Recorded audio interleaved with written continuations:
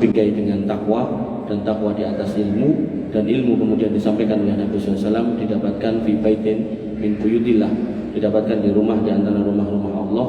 Caranya yatluna kitab Allah wa yatadarasunahu bainahum, dibacakan Quran dan dipelajari isinya. Ketika itu kita lakukan majelis ilmu yang seperti ini, maka Nabi melanjutkan illa nazalat alaihimus sakinah, maka ketenangan akan hadir. Ketenangan sebagai seorang pribadi, ketenangan keluarga, ketenangan masyarakat, bahkan ketenangan dalam negara. Kemudian wa ghasyiyatuhumur rahmah, dan kita semua akan diberikan rahmat, hidayah, kemudahan hidup, jalan padang, dan berbagai macam, dijauhkan dari hal-hal yang jelek. Wa hafathumul malaikah, dan panjenengan dijaga malaikat. Dan itu ketika dikatakan dijaga malaikat, jangan nggak usah bertanya di malaikatnya tak pengen roh, mboten. Kadang itu enten motor itu pun dikunci rapet itu ya tetap hilang. Tapi kadang kunci sok keri bola-bali motornya ora tau hilang. Sik kula cek riyen enten. Kula sering kok keri niku motornya ora hilang. Soalnya ketutupan jaket. Nek ketokane wae nek kuncine ngangkat gitu. Nah, Bapak Ibu dirahmati Allah, dan yang paling membahagiakan Allah kemudian Nabi kemudian mengatakan wa dzakarallahu fi man indah, disebut-sebut nama panjenengan di sekeliling para malaikatnya. Kalau wong mriku si fulan, si fulan, si fulana, si fulana, kayak ono rezeki lancar, jogonen dan seterusnya. Maka orang yang paham benar bagaimana hikmah keutamaan dari majelis ilmu, maka tidak akan pernah meninggalkannya. Diusahakan untuk datang. Napa melih sudah datang, enten berkate, ruangannya ber-AC, guyub rukun nyeneng wae. Bapak Ibu dirahmati Allah Subhanahu wa taala. Nggih, tentu Nabi mengatakan la yaskurullah man la yaskurun nas, tidak sempurna syukur kita kepada Allah kalau kita enggak berterima kasih kepada manusia. Tadi sudah dimulai untuk berterima kasih kepada takmir masjid ini, ya, tadi Pak Ketua takmirnya sampun, kemudian DMI, kemudian panitianya dan seterusnya.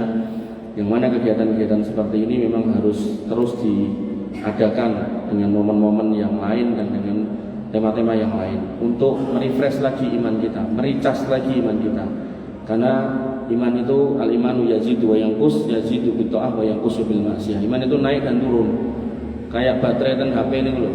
Niku nek baterai teng HP niku jenengan cas sedina bisa 2-3 kali, maka iman niku harus dicas lebih banyak dari itu. Kenapa?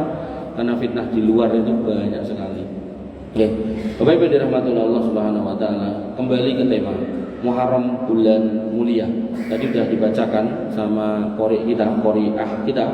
Allah berfirman pada Quran surat At-Taubah ayat 36, "Inna iddatas suhuri indallahi isna asyara sahran fi kitabillah yauma khalaqas samawati wal arda minha arba'atun hurum."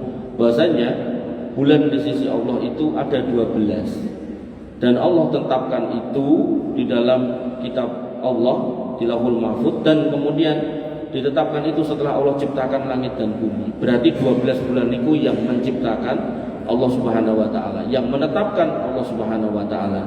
Dan di antaranya ada 4 bulan mulia. Ini juga yang menetapkan Allah Subhanahu wa taala. Sehingga ketika ini ditetapkan oleh Allah Subhanahu wa taala, Nabi juga mempertegas hal itu. Beliau SAW mengatakan inna zamana qad istadara ka hayatihi yauma khalaqas samawati wal arda. Sesungguhnya yang namanya waktu, zaman itu sudah kembali kepada posisinya ketika diciptakan langit dan bumi. Kenapa? Karena orang kafir Quraisy dulu menggeser-geser, sehingga pas kudune tiba Ramadan enggak Ramadan, pas harusnya jatuh di Dzulhijjah enggak Dzulhijjah, digeser. Nah, nanti pelajarannya buat kita, Bapak Ibu yang dirahmati oleh Allah, selisih bulan dalam hijrah niku cuman 1 hari. Jadi antara bulan 1 dengan yang lain itu 2930, 2930. Sehingga ketika terjadi perbedaan awal Ramadan, awal Syawal atau awal Dzulhijjah, maka perbedaannya hanya boleh satu, nggak boleh 2, 3, bahkan 4, 5 dan seterusnya.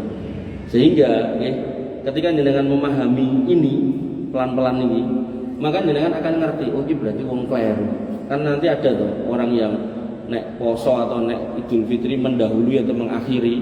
Nah begitu kemudian mengakhiri atau bedaninnya jauh, begitu ditekoki, "Mbah, kok jenengan pun salat Id niku enten napa?" "Ya ora apa-apa." "Lah kok ngertos nek sakniki wayahe ya? Napa pen ru'yah?" "Ora, aku ora nggo ru'yah. Wong aku nelpon Gusti Allah." Nah yang ngeten iki lho. Makanya ketika mau berbeda, maka bedanya cuma satu.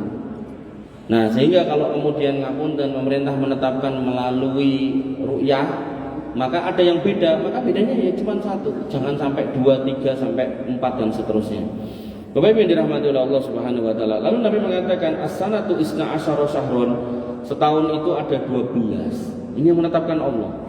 Kemudian minha arba'atun hurum, 4-nya bulan haram, salah satu mutawaliyat, 3-nya itu berurutan, yaitu Dzulqa'dah bulan 11, Dzulhijjah bulan 12, Muharram bulan 1, lalu mungkin Rajab. Nah, Nabi kemudian mengatakan di sini dikatakan Dzulqa'dah, Dzulhijjah wal Muharram wa Rajab mudhar alladzi baina Jumadi wa Sa'ban. Rajab terletak di antara Jumadi akhir dan Sa'ban. Bapak Ibu yang dirahmati oleh Allah Subhanahu wa taala. Nah, bulan Muharram ini punya spesialnya. Kenapa? Karena Nabi menyebutkan afdholus siyam ba'da Ramadan syahrullah al-Muharram. Bulan terbaik setelah Ramadan itu bulan Allah yang disebut Muharram. Jadi bulan yang diembel-embeli dengan nama bulan Allah Syahrullah itu dalam hadis cuma bulan Muharram. Dan ini kemudian ditegaskan oleh Al-Imam Ibnu Rajab Al-Hambali dalam kitab beliau Lataiful Ma'arif. Beliau mengatakan bahwasanya sesuatu kalau kemudian disematkan nama Allah di situ, maka di situ mengindikasikan sesuatu itu baik. Tadi bulan kan umum, isim umum, 6 kata benda umum. Begitu sudah jadi Syahrullah, maka itu sudah khusus. Ternyata itu adalah Muharram. Bait rumah, begitu sudah Baitullah, maka itu rumah Allah, berarti itu khusus apa? Masjid. Kok ada tambahannya lagi Baitullah Al-Haram, ya berarti Masjidil Haram. Nanti dalam kisah Nabi Sulaiman ada unta, nakotullah, untanya Allah. Berarti itu unta yang memang diciptakan spesial khusus, disuruh jaga jangan diganggu. Malah sama kaumnya Nabi waktu itu, Nabi Sulaiman itu malah dibelah gitu kan. Nah, maka Bapak Ibu yang dirahmati oleh Allah Subhanahu wa taala, nanti dalam sejarah Islam ada sahabat yang disebut Asadullah, singanya Allah. Sinten Pak? Bu. Halo. Ngantuk Mas terus bengi. Hamzah radhiyallahu anhu mati syahid. Nah, lalu kemudian ada juga yang dapat gelar Saifullah, pedangnya Allah. Sinten Pak? Bu. Kula rawani nek kok Mas Anas senior kok. Sinten Pak? Bu. Sinten? Sanes. Sinten? Khalid bin Walid. Dan Khalid bin Walid niki nggih mati syahid. Mati syahid pripun? Di atas tempat tidur.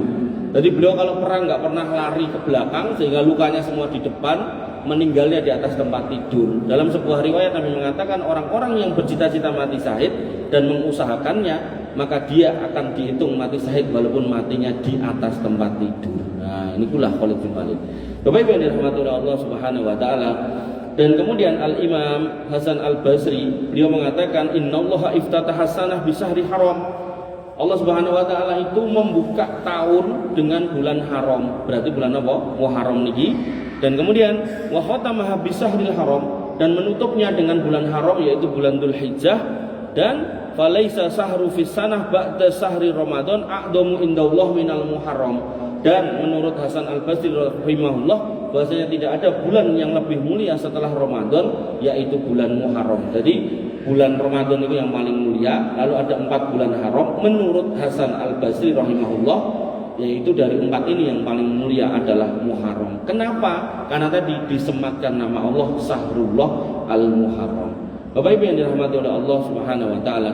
Nah, kenapa disebut Muharram atau ada apa disebut haram, bulan haram? Maka disebutkan dalam Quran surat At-Taubah ayat 5 bahwasanya hakikatnya sebenarnya di bulan-bulan haram niku diharamkan, tidak diperbolehkan berperang. Allah berfirman, fa idzan salahal ashhurul hurum faqtulul musyrikina haitsu wajadtumuhum. Kalau kemudian sudah habis bulan-bulan haram itu, maka perangilah orang-orang musyrik itu dimanapun kamu jumpai. Ini ayat tentang peperangan di medan perang. Jadi ini tidak boleh diterapkan di negeri yang tidak ada peperangan. Nanti enten tah nom-nom niku maca niki terus salah paham. Oh berarti aku kon mateni wong kafir, mboten nggih, tidak boleh. Tidak boleh. Jadi ayat ini adalah ayat peperangan. Dan dalam ayat ini peperangan tidak boleh dilakukan di bulan haram. Itu dulu. Nah saat ini banyak orang sudah melanggar. Nah melanggarnya kenapa lah? Karena diserang duluan. Makanya orang Islamnya bales. Jadi tidak ada masalah buat orang Islamnya. Orang kafirnya nggak pakai aturan gitu kan.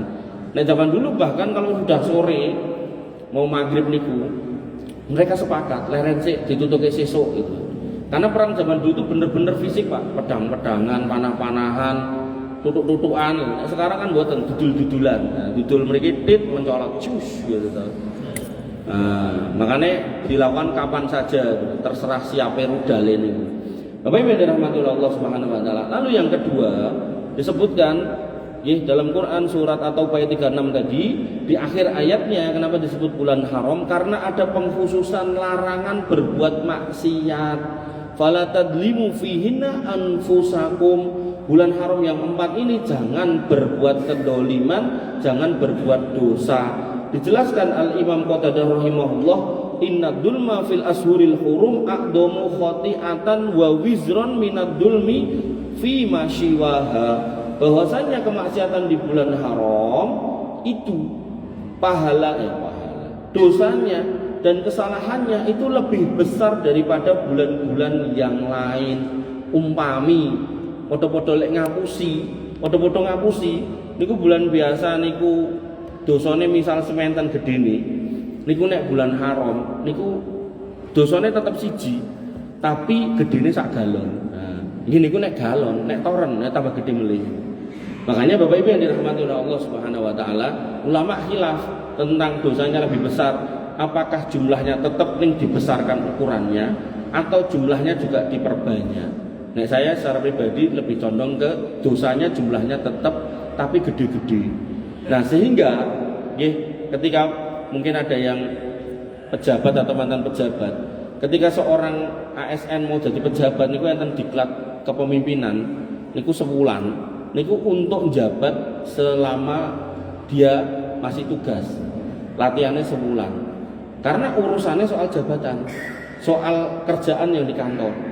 Tapi manusia kita disebutkan bahwasanya inna nafsa la'amaratun bisu illa marrahima rabbi. Jiwa kita itu selalu meronta-ronta untuk berbuat jelek, kecuali yang dirahmati Allah. Siapa yang dirahmati Allah? Ya orang-orang yang bertakwa. Yang bertakwa yang ada di rumah-rumah Allah. Makanya umumnya orang kalau udah masuk masjid itu jarang berbuat maksiat umumnya.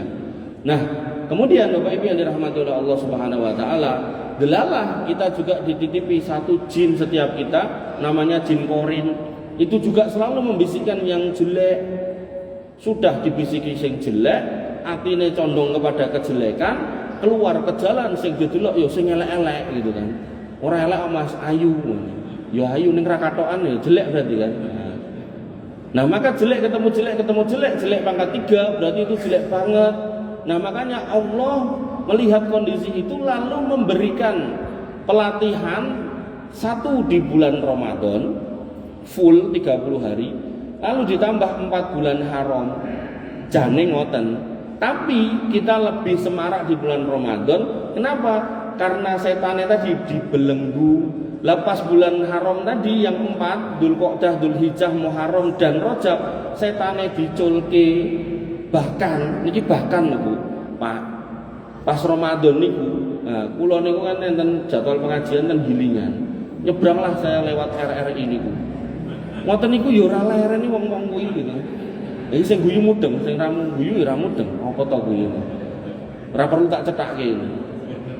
Bar RRI nyebrang rel, terus buri terminal. Ten wingi terminal lho, kula pun nganggo klambi ngene iki ya diawe bencong ya anu iki. Tobi. Poso-poso lho niku. Poso-poso. Makanya Bapak Ibu yang dirahmati oleh Allah Subhanahu Wa Taala, ketika puasa saja kelakuannya udah seperti itu, lah bulan haram ya orang gagas gitu kan. Makanya nggih tambah teng telecek. Makanya nikulah musibah hari ini nggih. Makanya pentingnya jenengan itu bermajelis ilmu agar datang hidayah, rahmat Allah, dijaga malaikat tadi loh. Terus pulang itu tenang ayem, mboten usrak wae. Yo ditokeh usrak, ra dikit yo usrak gitu kan. Nah, terus pripun karepe? Bapak Ibu yang dirahmati oleh Allah Subhanahu wa taala, kembali ke sini Imam Qatadah mengatakan dosa di bulan haram itu besar. Ramilo dengan kita latihan di Ramadan ditambah bulan haram, harapannya lah kita terlatih 5 bulan, 7 bulan kita tinggal mempraktekkan latihan itu. Jadi insan yang bertakwa jauh dari dosa. Ngoten. Bapak Ibu yang dirahmati oleh Allah Subhanahu wa taala, dan Abu Utsman An-Nahdi rahimahullah, beliau punya kalimat yang indah. Tapi walaupun kalimatnya indah, tetap bisa kita timbang benar dan salah. Ulama boleh beristihad. Istihadnya bisa benar, bisa salah. Nah, beliau mengatakan kanu yu'addimuna salasa asyarat. Kami para ulama itu mengagungkan 10 yang 3. Yang pertama al-asrul akhir min Ramadan. Yang pertama adalah 10 terakhir bulan Ramadan. Nah, jadi kita sepakat, dalilnya cetok gitu, 10 terakhir bulan Ramadan. Dan di situ kita agungkan karena ada Lailatul Qadar. Sehingga kita mengusahakan pengagungannya di malam harinya. Dari mulai kapan? Dari mulai maghrib sampai kapan? Hatta matlail fajr, dalam rangka mengejar Lailatul Qadar di malam yang ke-10 terakhir, wabil khusus malam ganjil yang sering-seringnya di malam 27. Sering-seringnya, ini enggak selalu di situ. Kita sepakat dalilnya pun cetok. Nah, dalilnya apa Mas? Pas Ramadan mungkin diwacake melih gitu. Nah, kemudian wal asrul awal min Dzulhijjah. Dan kita juga, kata Abu Utsman An-Nahdi, dan kita juga mengagungkan 10 awal Dzulhijjah. Kita juga sepakat dalilnya ada. Sampai Nabi mengatakan amal solih nggak ada yang bisa mengungguli kecuali di 10 awal Dzulhijjah. Kecuali ada seorang laki-laki yang keluar berjihad membawa nyawa dan hartanya lalu tidak pulang kecuali tinggal nama. Nek ada yang seperti itu baru bisa mengungguli. Menunjukkan amal di awal 10 Dzulhijjah itu utama. Hanya saja utamanya di siang hari karena ada hari Arafah. Pramila nek Ramadan 10 terakhir kita kan melek. Nah, nek 10 awal Dzulhijjah kita disuruh tidur siangnya yang melek, jangan dibalik. Nah, nanti setannya ra pengen nyerah. Engko pas Ramadan malamnya kan sare, pas Dzulhijjah siangnya kan sare, diwalik-walik. Nah, makanya godaan seorang muslim itu bertingkat. Paling parah niku gagal masalah kesirikan akidah, di bawahnya gagal masalah mengikuti sunnah, baru di bawahnya gagal masalah prioritas dalam hal menjaga diri dari dosa besar, nanti di bawahnya meremehkan dosa-dosa kecil. Nah, di bawahnya prioritas mana yang lebih penting didahulukan daripada yang penting. Nek penting kalau nggak penting udah nggak bisa membedakan, berarti dia gagal di bawahnya lagi. Karena setan itu menggoda mana yang lebih penting, mana yang penting. Sholat tahajud penting, sholat subuh lebih penting. Kadang ada orang sholat tahajud ning subuh kawanan, nah itu berarti gagal di situ. Gitu. Puasa sunnah bagus nama mboten Bu? Bagus. Jam 5:15 diceluk garwane, Bu ayo. Nah, kira-kira jenengan sahuri napa mboten? Jenengan datangi apa enggak? Gah nanggung. Padahal mendatangi panggilan suami wajib. Puasa sunnah ketemu wajib, harusnya wajib dulu tinggalkan yang sunnah. Dong badan. Kalau bapak yes. Ibu-ibu walah wis ngono to. Makanya nanti dalam bab puasa sunnah jenengan ajeng puasa sunnah izin riyen karo garwane. Pak sesuk tak nyenen kemis yo. Kok nyenen kemis 5:15 diceluk, Bu ayo. Yo batalkan. Jenengan batalkan yang sunnah malah entuk pahala wajib, sunnahnya tadi tetap kecatet. Ngoten. Nggih. Nah, jangan sampai jenengan lolos sampai bawah gagal. Makanya tadi loh dikatakan illa nazalat alaihimus sakinah. Rumah tangga itu bakal ayem nek napa majelis ilmu. Nah, dibacakan di dalamnya Quran, dijelaskan isinya, dibingkai dengan hadis Nabi SAW. Pun penak mulih niku wah itu ilmu. Jadi orang mau lucu, gayeng, napa mboten ilmu. Nah, ibu-ibu yang dirahmati oleh Allah, bapak-bapaknya juga demikian. 10 yang ketiga dikatakan oleh Abu Utsman An-Nahdi wal asrul awal minal Muharram, dan 10 pertama bulan Muharram. Nah, disinilah kita timbang. Ngapunten, secara pribadi saya belum ketemu dalilnya, utamanya 10 awal bulan Muharram. Tapi enten tapinya. Ternyata Nabi Shallallahu alaihi wasallam nggih mensabdakan bahwasanya nggih puasa Asyura, puasa tanggal 10, siamu Asyura ahtasibu 'ala Allahi ayyukaffira sanah alladzi qablahu. Puasa di tanggal 10 saya berharap mudah-mudahan Allah memberikan ampunan buat kita 1 tahun yang lalu, dosa 1 tahun yang lalu. Nah, mungkin ini yang dijadikan dasar oleh Abu Utsman An-Nahdi bahwasanya 10 awal Muharram niku juga termasuk 10 yang harus diagungkan. Selain sebulannya ada 10-nya. Bapak Ibu yang dirahmati oleh Allah Subhanahu wa taala. Nah, ketika Nabi melakukan puasa Asyura, sahabat kemudian mengingatkan, "Ya Rasulullah, wahai Rasulullah, innahu yaumun yu'addimuhul yahud wan nasara." Tanggal 10 Muharram ini orang Yahudi dan Nasrani mengagungkannya. Kalau orang Yahudi mengagungkan 10 Muharram pada waktu itu karena mereka meyakini tanggal itu adalah tanggal terbebasnya orang-orang Bani Israel dan Musa alaihi salam dari Fir'aun, keyakinan mereka. Sehingga mereka mengagungkan. Tapi enten tapine meleh. Kalau yang Nasrani saya tidak tahu. Dan tapinya lagi yang Yahudi apakah hari ini masih mengagungkan, saya juga tidak tahu. Karena zaman dulu mereka itu pakai kalender Islam. Nah, saat ini kalendernya pun buatan kalender Islam. Jadi saya nggak tahu apakah mereka masih mengagungkan itu apa enggak. Nah, ketika Nabi dikasih tahu, ya Rasul, orang-orang Yahudi dan Nasrani itu juga mengagungkan 10 Muharram, lah Nabi itu paling anti kalau sama dengan dua golongan manusia itu, yaitu Yahudi dan Nasrani. Makanya Nabi mengatakan, fa idza kanal amul mukbil, kalau kiranya tahun depan kita dikasih umur panjang, insya Allah kalau Allah mengizinkan, sumna yaumut tasi, kita mulai puasa di tanggal 9. Nah, itulah yang kemudian para ulama menyebutnya sebagai puasa hari Tasu'a, tanggal yang ke-9. Sehingga sunnah jenengan itu puasa tanggal 9 dan 10. Falam ya'til amul mukbil hatta tufiya Rasulullah SAW. Dan ternyata qadarullah biidznillah, sampai tahun depan itu Nabi belum bisa, nggak sampai usianya untuk sampai di Muharram, beliau SAW sudah wafat duluan. Oleh karena itu maka puasa 9 dan 10 itu masih disunahkan, itu yang disebut sunnah qauliyah, karena Nabi pernah mengucapkan. Walaupun belum melakoni, walaupun nanti ada ulama yang berpendapat itu sunnah takririyah, Nabi pernah menetapkan walaupun belum menjalankan. Pramila jenengan umpami ajeng poso di bulan Muharram niku mang poso tanggal 9 dan 10. Lah Mas, ngomongnya puasa di bulan Muharram itu puasa yang lebih utama daripada Ramadan. Nah, apa ya mung 9 dan 10? Bapak Ibu yang dirahmati oleh Allah Subhanahu wa taala, dalam hadis riwayat Imam Bukhari dan Imam Muslim, Nabi SAW disebutkan anna Rasulullah SAW lam yasum sahrun kamilan qatun ghairu Ramadan. Nabi SAW itu tidak pernah puasa 1 bulan full kecuali bulan Ramadan. Berarti jenengan ajeng poso ngebleng full niku nggih Ramadan. Ngebleng itu maksudnya nggih tetap buka, tetap sahur ngoten nggih, mboten ra buka ra sahur nggih. Nah, itu Ramadan. Dan kemudian walam yakun yasumu sahrun aksaru min Sa'ban. Dan urutan kedua dalam jumlah yang lebih banyak, dalam jumlah yang Ramadan itu banyak, kemudian banyaknya yang kedua urutannya yaitu bulan Sa'ban. Ada sebagian ulama yang berpendapat setengahnya, 15 hari. Walaupun nanti ketika panjenengan gadah utang banyak, niku Sa'ban jenengan full ke nyaur utang enggak apa-apa. Nek memang banyak punya utang, karena utang puasa kalau sampai ketemu Ramadan lagi, misal jenengan jarang nyaur, niku jenengan selain kan nyaur nggih kan bayar fidyah, khususnya ibu-ibu niku.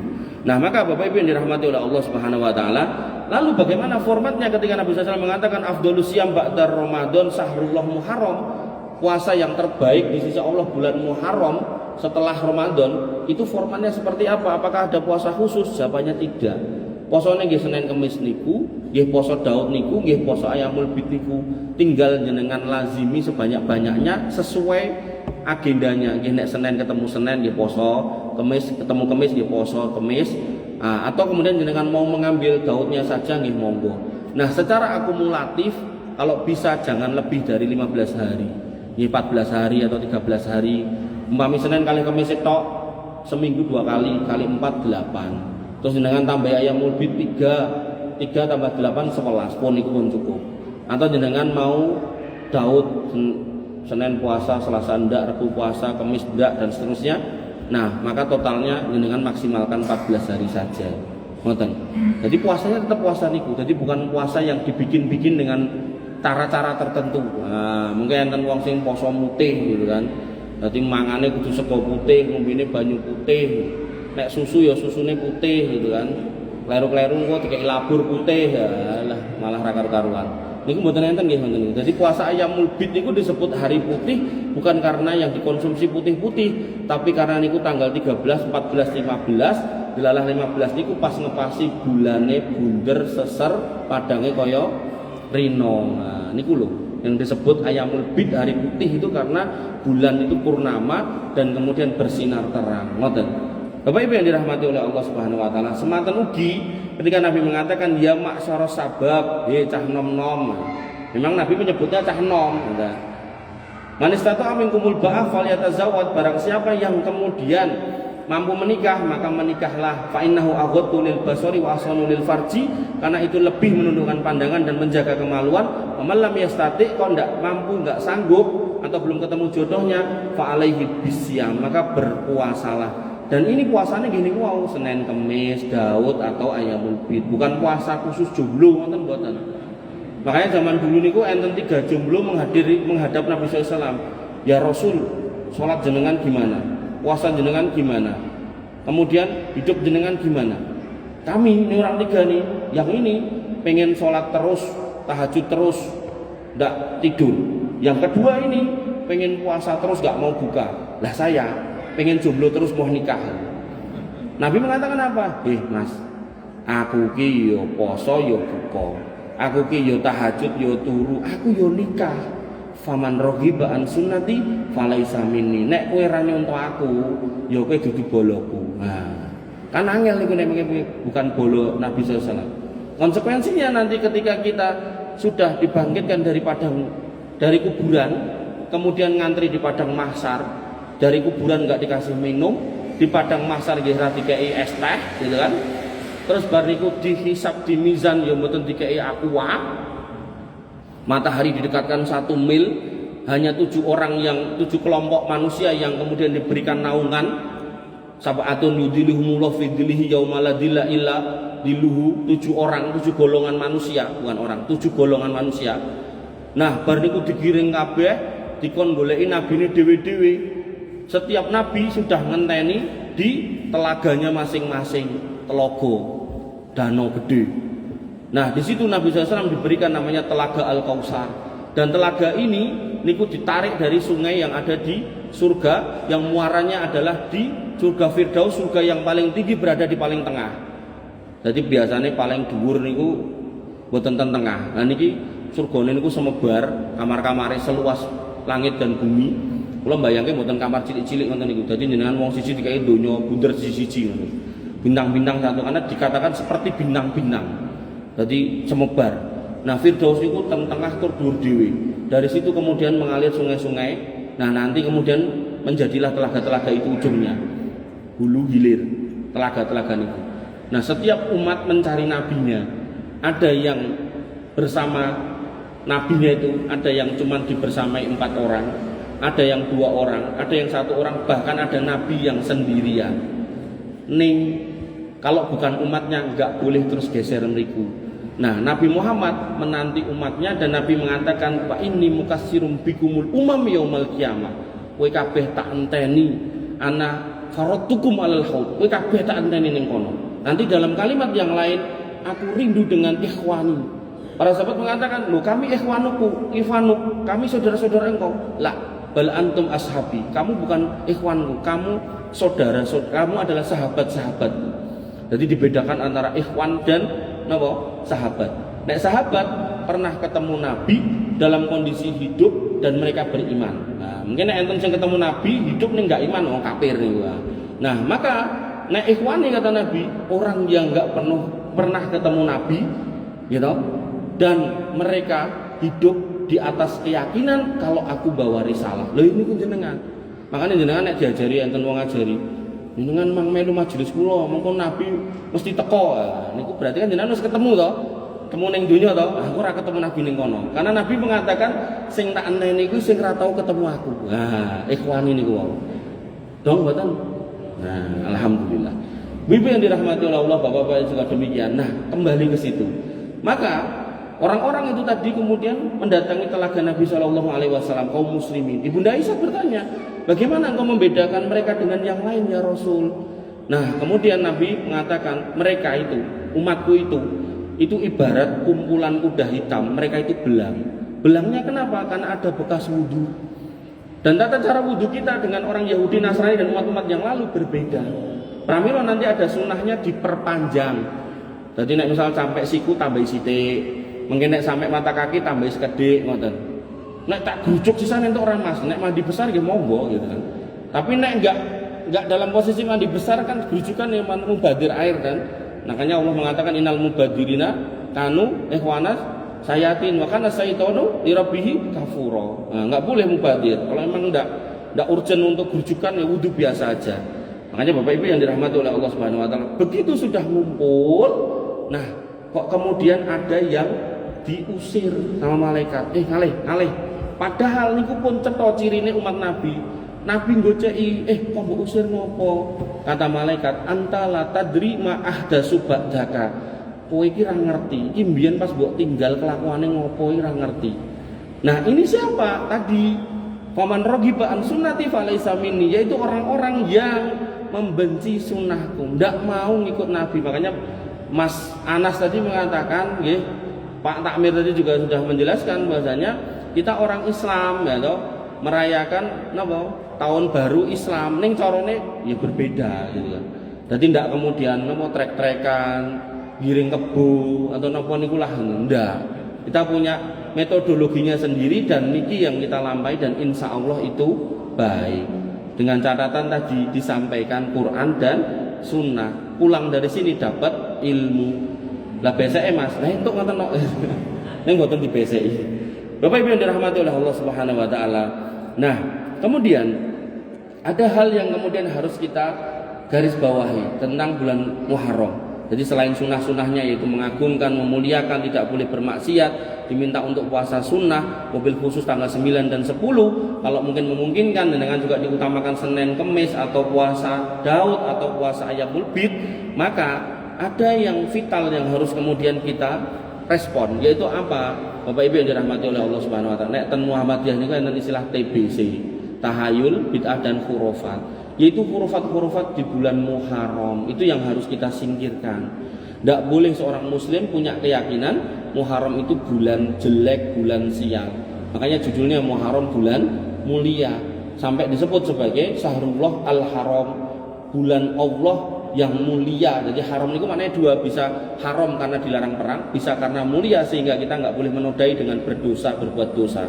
Nah, ada sebagian kaum muslimin yang kebetulan kebanyakannya tinggal di Indonesia, kebetulan khususnya di Jawa, wabil khusus di Solo Raya, gitu kan, yang punya keyakinan nek menikah atau menikahkan keluarga di bulan Suro atau bulan Muharram nanti datang sial, ngomongnya katanya engko marai rame ling omah-omah, bahkan puncaknya nanti bubrah ling omah-omah. Nek nikah ran dikai keturunan, macam-macam niku doktrinnya atau pemahamannya, hurufatnya itu besar sekali. Dan itu nggih ibu-ibu yang dirahmati oleh Allah Subhanahu wa taala tidak diperbolehkan dalam Islam. Dalile apa, Mas? Nabi SAW mengatakan qala Allah azza wa jalla, Allah berfirman, berarti niku hadis qudsi, yu'dini ibnu Adam. Manusia itu menyakiti aku. Kita harusnya mengagungkan Allah, tapi kita menyakiti Allah. Menyakiti secara fisik boten. Apa? Ya subud dahra wa annad dahru. Mereka mengatakan yang jelek tentang waktu, padahal aku yang menata mengatur waktu. Tadi di depan dijelaskan 12 bulan Allah yang menetapkan setelah ciptakan langit dan bumi. Dari 12 Allah pilih yang 4 sebagai bulan haram. Allah yang mengatur. Bahkan Bapak Ibu yang dirahmati oleh Allah, Allah menambahkan dalam firman-Nya di hadis qudsi ini, biyadihal amru, semua urusan sepanjang waktu, sepanjang masa itu yang ngatur yo aku. Bahkan Allah menegaskan lagi, uqallibul laila wan nahar, siang malam itu loh sing ngrubah aku. Makanya jangan sampai dikatakan bulan inisial, tanggal inisial, weton inisial, mau nek anak ragil ketemu anak nopo ya, nggak boleh gitu kan. Nomor telu, nomor siji ra itu ketemu, engko pasaran kliwon karo pon wage ra itu alah, wong nganti mumet nek gadeki ngoten niku. Engko wetone wis bener. Wetone pun bener. Terus pasarane ya wis bener, napa melih? Tanggale ya wis bener. Engko terus enek melih sebabe itu. Oh ternyata nanti kesel nek gadeki ngoten niku. Makanya Bapak Ibu yang dirahmati oleh Allah, nggih, di sini sampai Allah mengatakan itu perkataan itu menyakitkan. Coba Pak, nenek gadah garwa jenengan ngendikan apa terus garwa jenengan nanti nangis-nangis. Pak, omonganmu ku nglarake atiku banget. Jenengan ngoten niku pripun? Ditutuke le ngomong napa mandek? Ya kedaya kan mandek toh. Nah, kita sebagai hamba Allah, sebagai Khalik sudah mengatakan ucapanmu nyakiti aku loh gitu. Nah, mosok ya terus diteruske. Nah, maka Bapak Ibu yang dirahmati oleh Allah Subhanahu wa taala, dan ucapan ini nggih diucapkan oleh orang-orang ngapunten, orang-orang kafir Quraisy dulu. Mereka mengatakan apa? Al-A'raf 131. Wa idza ja'atuhumul hasanatu qalu lana hadhi. Kalau mereka dapat kebaikan, entuk duit, entuk omah, entuk rezeki apapun, mereka mengatakan ini karena kehebatan kami, pinternya kami, panjangnya gelar kami, kedudukan kami, kedekatan kami, dekengan kami, apapun.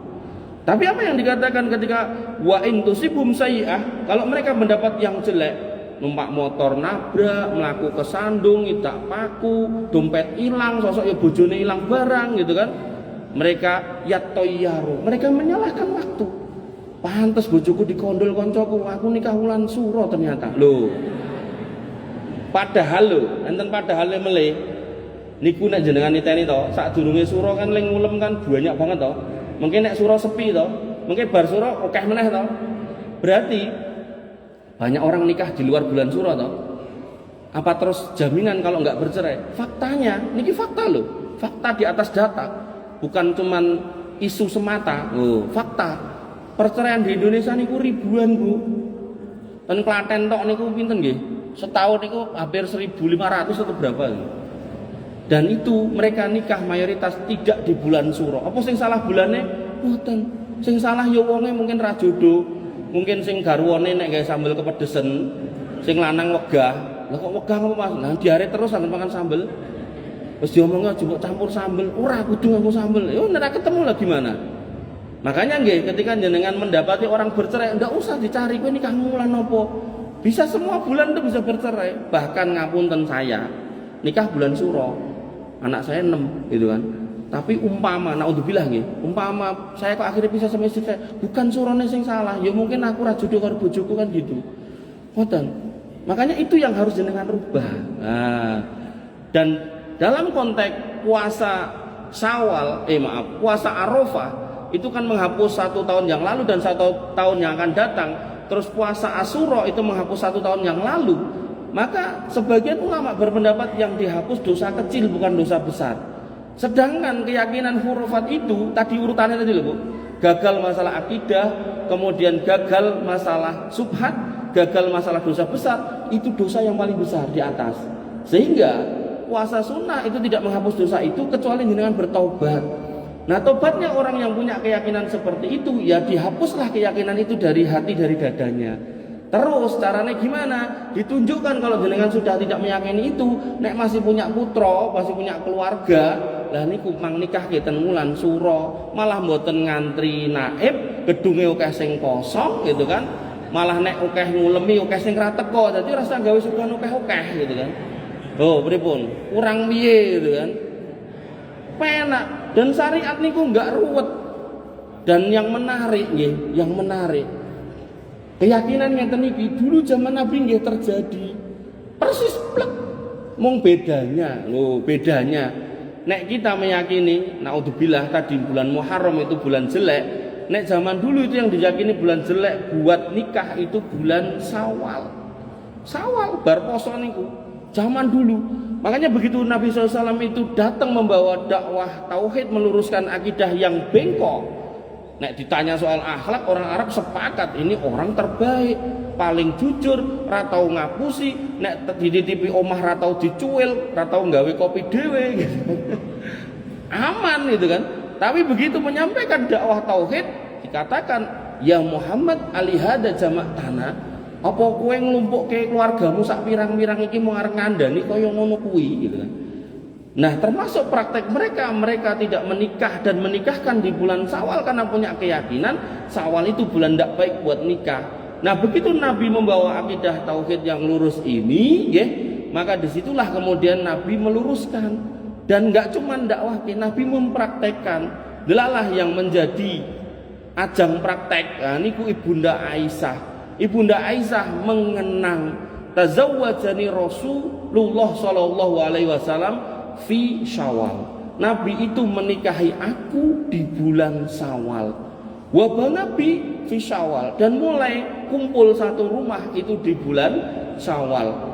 Kemudian beliau membanggakan kondisi itu dengan mengatakan fa ayyu nisa'i Rasulillah sallallahu alaihi wasallam wa kana ukhtu indahu minni. Maka mana di antara istri-istri Nabi itu yang dipilih dinikahi di bulan Syawal selain aku? Berarti kan ini ungkapan bangga. Dan faktanya beliau nggak pernah cerai sama Ibunda Aisyah. Tapi kalaupun ada yang cerai, ya bukan karena Syawalnya, ya memang nggak jodoh gitu loh. Makanya bibi yang dirahmati oleh Allah, bapak-bapak juga demikian. Ya, ketika jenengan dulu punya keyakinan seperti itu, mengrubah, menghapus. At-taibu minad dambi kama la dzambalahu, begitu itu jenengan hapus, jenengan rubah, putrane tesih enten sing nomor terakhir dinikahke wis rasa ngitung pasaran, rasa ngitung macem-macem gitu kan. Nek ngitung nggo nikahke tadi ya perlu dihitung juga gitu kan. Nah, kan iki sing diundang piro, dite piro, ini perlu dihitung. Nah, digoleki pas Syawal. Nanti kula kemarin ada IO niku sampai ngomong nek pas ana kok Syawal, pas Suro. Pas Suro niku malah gedungnya diskon 50%. Oh nggih to, malah lagi ngerti kula. Nek tak tawakke aku untuk pirang persen mah dodolan. Nah, Bapak Ibu yang dirahmati oleh Allah Subhanahu wa taala, nggih niku khurafat yang pertama. Terakhir nggih, sekedhik melih. Iki dugi jam 12. Jam 1. Waduh. Kula ya emoh. Khurafat satu lagi. Di tanggal 10 Muharram, khurafatnya banyak tapi satu lagi aja. Ini yang paling keras, paling vital.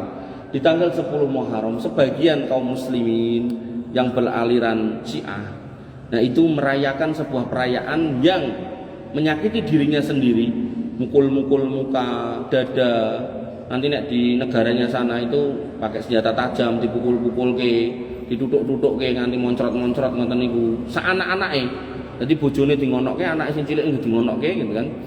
Ketika ditanya, "Ngapain kok kayak gitu?" Kata mereka, dalam rangka merasakan sakitnya yang dialami Al-Imam Husain radhiyallahu an yang dibunuh, dipenggal oleh pasukan Yazid bin Muawiyah menurut keyakinan mereka. Nah, pertanyaannya, apakah benar itu syariat Islam? Nah, ini big questionnya, pertanyaan besarnya. Maka Bapak Ibu yang dirahmati oleh Allah Subhanahu wa taala, singkat cerita, bapak beliau dari Al-Imam Husain adalah Ali bin Abi Thalib gitu. Beliau menjadi khalifah yang keempat setelah Utsman bin Affan radhiyallahu an. Utsman bin Affan meninggal dibunuh. Lalu ada sejumlah kaum muslimin yang menuntut keadilan untuk dihakiminya para pelaku pembunuhan Utsman bin Affan. Nah, Khalifah Ali bin Abi Thalib melihat situasinya masih panas. Ngenteni adem sik. Nah, ada orang-orang yang enggak sabar. Singkat cerita, di antara orang yang enggak sabar itu, singkat cerita, ceritanya panjang, kantun 5 menit. Nah, soalnya mungkin kalau dongake 10 menit. Nah, singkat cerita, salah satu orang yang enggak sabar itu Abdurrahman ibnu Muljam. Nah, Abdurrahman ibnu Muljam kemudian ditawari, nek kowe iso mateni Khalifah Ali, tak nikahi karo wong wedok ayu. Singkat cerita ngoten, dan dia mau. Luar biasa mengerikan. Padahal dia ini Khalifah Ali ini orang yang sangat disayangi Nabi sampai putrinya dinikahkan, orang yang selalu dipilih untuk menjadi teman dimanapun beliau berada, orang yang dalam kondisi darurat itu yang dicari, macam-macam kelebihan beliau, sampai dikatakan ini orang yang akan mati syahid dan seterusnya. Artinya nek niki Abdurrahman ibnu Muljam niki memahami Islam yang bener. Ojo kok nganti gorok Khalifah Ali gitu. Paribasane ngidak sikile rawani gitu kan. Nek wong Indonesia malah pilih ngambung-ngambung tangane ngoten niku lho. Nah, nek perlu kon wisuh ngo banyune go mulih ya. Niku nek wong Indonesia, nek wong Arab mboten. Nah, kembali ke situ nggih. Niku digorok. Kenapa kok digorok? Karena tadi itu dia merasa ini khalifah yang salah karena tidak segera mengeksekusi para pembunuh khalifah Utsman bin Affan, dan dibunuh, kepalanya dibawa, dijadikan mahar atas pernikahan dia dengan wanita yang dimaksud, yaitu sekumpulan orang yang memberontak dari pemerintahan Khalifah Ali. Dan itu dalam sejarah Islam dikenang sebagai mahar termahal dalam sejarah Islam. Artinya nek misal mungkin jenengan mireng enten piyai nikahi piyai setri mahari 1 triliun, nah, tetap lebih mahal kepala Khalifah Ali, karena kepala ini kepala yang sangat dicintai oleh Nabi SAW. Nah, berarti bapaknya Imam Husain kan meninggalnya hampir mirip dengan putranya, gitu. Tapi yang namanya Hasan dan Husain tidak pernah ada satu riwayat pun mereka menganiaya dirinya untuk merasakan apa yang dirasakan dari kesakitan yang dialami bapaknya karena dibunuh tadi. Sehingga apa yang dilakukan oleh mereka dari kalangan Syiah itu tidak pernah punya landasan yang benar. Nah, nek nang Indonesia wong Syiah cek malu-malu nganggo tangan tok gitu kan. Nek teng luar negeri pun nganggo senjata tajam. Enten sing ngrante tok, enten sing ngrante ngarepe kaya silet, enten sing ngangge lading, enten sing ngangge pokoke gede-gede, enten sing ngangge gubang gede, bluk ngoten mlowek ngoten nggih enten. Kula nonton wae ngeri kok meneh kon nglakoni gahmen gitu kan. Wong jenengane kon mbleh wedhus wedi, meneh kon kaya ngono. Gitu. Makanya Bapak Ibu yang dirahmati oleh Allah Subhanahu wa taala, Islam enggak akan pernah hadir dengan seperti itu kondisinya. Nih. Dan ternyata ketika kita cari dalil, ternyata perbuatan itu justru bertentangan dengan sabda Nabi SAW. Nabi mengatakan apa? Laisa minna man latamal hudud wa syaqqal juyub wa da'a bidakwal jahiliyah. Bukan umatku lagi. Nanti enggak bisa loh ketemu aku ning telaga. Siapa? Orang-orang yang kalau ada orang yang disayanginya meninggal suka nampar-nampar pipi, itu kan mereka. Kemudian merobek-robek baju, bahkan enggak bajunya sing dirobek badannya. Mereka lagi kan. Dan kemudian berteriak-teriak seperti teriakan orang di masa jahiliyah. Niku nek jenengan golek ten YouTube, bengok-bengok mereka ora karo-karuan. Makanya alhamdulillah ya ten iki adem ayem tentrem guyub rukun mboten enten sing ngoten niku, nek enten sing ngoten niku mangluruske. Kenapa? Karena subhatnya berat. Orang Syiah itu punya pendapatnya, dan siapa yang nikah mut'ah sekali itu nanti derajatnya seperti Hasan, 2 kali kayak Husain, 3 kali kayak Ali, 4 kali kayak Rasulullah. Makanya niku mudah untuk merekrut anak-anak muda karena niku wow, nikah mut'ah. Nikah mut'ah niku napa to? Nikah kontrak. Saya terima nikahnya Fulanah binti Fulan dengan mas kawin sekian selama 48 jam. Ngoten. Dadi wis kaya nyewa motor, mobil atau PS ngoten niku lho. Bahaya niku. Niku mesti nek cah nom-nom seneng ngoten niku. Nah, makanya niku musibah nggih atos-atos. Bapak Ibu yang dirahmati oleh Allah, mbok pilih niku yang bisa saya sampaikan. Kesimpulannya, ya, bulan Muharram adalah bulan mulia, ya, kita peringati dengan cara-cara yang baik, tidak sama dengan yang dilakukan oleh orang-orang Yahudi dan Nasrani dalam memperingati tahun baru. Kita majelis ilmu, kita tambahkan ilmu di rumah, di antara rumah-rumah Allah, dibacakan kitabullah, dibacakan hadis, dipelajari isinya, dijelaskan sunnah-sunnahnya, diluruskan akidahnya, maka itu yang kalau kita bawa pulang akan membuat kita tenang, senang, dan kemudian mendapat rahmat Allah, dijaga para malaikat, dan nama jenengan disebut-sebut di sisi Allah Subhanahu wa taala. Dan ben tambah komplit. Nah, ditutup dengan doa ngoten teh. Nggih. Kita tutup dengan doa. Doa ini pun kula cepak nggih, spesial buat jenengan. Tenane Mas, paling ning kono mbok wacake. Nggih jane. Nggih. Bismillahirrahmanirrahim. Alhamdulillahirabbil alamin. Hamdan sajirin hamdan naimin hamdan yuafi ni'amahu wa yukafi mazidah. Ya Rabbana lakal hamdu kama yanbaghi li jalalika wa 'azimi sultanik. Rabbana lakal hamdu anta nurus samawati wal ardi wa man fina wa lakal hamdu. La ilaha illa anta subhanaka inna kunna minadh dhalimin wa illam taghfir lana wa tarhamna lanakunanna minal khasirin. Allahumma ighfir lil muslimina wal muslimat wal mu'minina wal mu'minat al-ahya'i minhum wal amwat innaka sami'un qaribun mujibud da'wat wa ya qadiyal hajat. Rabbana dzalamna anfusana wa illam taghfir lana wa tarhamna lanakunanna minal khasirin. Rabbana ighfir lana dzunubana wa liwalidina warhamhum kama rabbawna shighara. Allahumma ighfir lahum warhamhum wa'afihim wa'fu anhum wa akrim nuzulahum wasi' madkhalahum waghsilhum bil ma'i wasalji wal barad. Allahumma ya Rabbana ya malikas samawati wal ard. Ya Allah, wahai Rabb kami, wahai pemilik langit dan bumi, anta a'lamu bi ahwalina wa anta a'lamu bi hajatina. Engkau lebih tahu tentang keadaan kami dan engkau lebih tahu tentang kebutuhan kami. Fi hadhil majlis al mubarak wa fi hadhil qaryah al mubarakah narfa'u aydina ilaika. Di di majelis yang penuh keberkahan ini dan di kampung yang diberkahi ini, kami menengadahkan tangan kepada Engkau. Nas'aluka ya Allah, kami mohon kepada Engkau ya Allah, wa natawajjahu ilaika wa narju rahmataka wa fadlak. Kami mengharap kepadamu rahmatmu dan kami mengharap karuniamu. Faqbal du'aana, maka terimalah doa-doa kami. Wastajib mas'alatana, dan kabulkanlah permintaan yang kami ucapkan ini nanti. Innaka antas samiul qaribul mujib, sesungguhnya Engkaulah Rabb yang maha mendengar, maha dekat, lagi maha mengabulkan. Allahumma an'im ala ahli hadhil qaryah al-mubarakah bis-sihah wal afiyah. Ya Allah, limpahkanlah kepada warga kampung yang diberkahi ini kesehatan dan keselamatan. Waj'al man kana sahihan fi himayatik min kulli da'in wa bala'in, dan lindungilah mereka yang sudah sehat dari segala penyakit dan musibah. Washwi man kana maridun, dan sembuhkanlah mereka yang sakit dari warga kampung sini. Sifaan la yughadiru saqaman, dengan kesembuhan yang tidak menyisakan sakit sama sekali.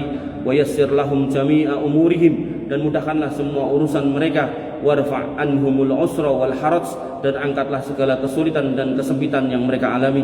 Waftah lahum abwabar rizqil halal al wasi' al mubarak, dan bukakanlah bagi mereka rizki-rizki yang halal, yang luas, yang penuh keberkahan. Waqdi tuyunahum, lunaskanlah semua hutang-hutang mereka. Wa fukka kurbatihim, dan lepaskanlah semua kesempitan hidup mereka. Wa yassir lahumul hajja wal umrah, dan mudahkanlah mereka untuk berhaji dan umrah.